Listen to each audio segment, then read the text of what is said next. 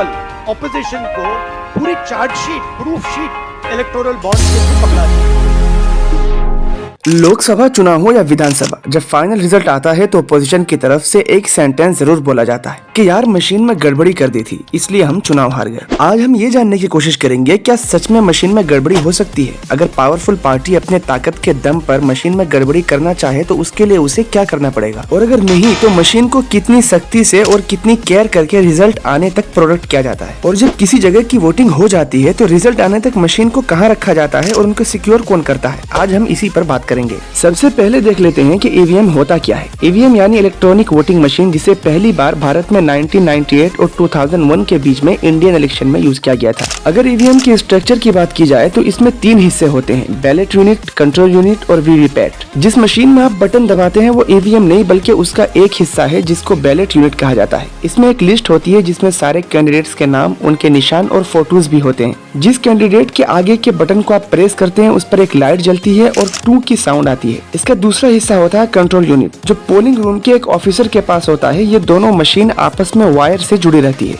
इस मशीन में आपका वोट सेव होता है। जब तक इस मशीन की तरफ से अप्रूवल न मिले तब तक बैलेट पेपर पर आप बटन नहीं प्रेस कर सकते। तीसरा हिस्सा है वीवीपैट यानी voter verifiable paper audit roll. ये मशीन आपके वोट को वेरीफाई करती है। जब आप बैलेट यूनिट पर बटन दबाते हैं तो इस मशीन से एक स्लिप निकलती है जिसमें कैंडिडेट का नाम और निशान रहता है। ये स्लिप आपको बाहर से नजर आ जाता है, लेकिन ये आपको मिलता नहीं बल्कि मशीन ही में अंदर गिर जाता है। काउंटिंग के दौरान अगर किसी भी तरह की गलती या कंफ्यूजन होती है तो इन्हीं स्लिप्स की मदद से वोटों का वेरिफिकेशन किया जाता है। ऐसे में अगर कोई कंप्यूटर के द्वारा मशीन को हैक करने की कोशिश भी करे तो वीवीपैट में पकड़ लिया जाएगा। साथ ही ईवीएम की तीनों मशीनों को किसी दूसरी डिवाइस से लिंक भी नहीं किया जा सकता। जैसे हम अपने लैपटॉप, मोबाइल फोन को वायर या ब्लूटूथ की मदद से किसी दूसरे डिवाइस से कनेक्ट कर देते हैं, ईवीएम को इस तरह किसी भी डिवाइस से जोड़ा नहीं जा सकता। ईवीएम में एक क्लॉक टाइमर भी होता है जिसमें हर सिंगल वोट पड़ने पर वो टाइम और डेट को सेव कर लेता है। उस टाइम से पहले या बाद में अगर कोई भी वोट डालने या कुछ गड़बड़ी करने की कोशिश करे तो उसे पता चल जाएगा। ये तो बात हुई ईवीएम की हैकिंग पर। अब बात करते हैं कि वोटिंग के बाद ईवीएम की सिक्योरिटी कैसी दी जाती है। क्या वोटिंग से लेकर रिजल्ट आने तक कोई ईवीएम में धांधली कर सकता है, या फिर ईवीएम को गायब करना क्या किसी के लिए पॉसिबल होगा?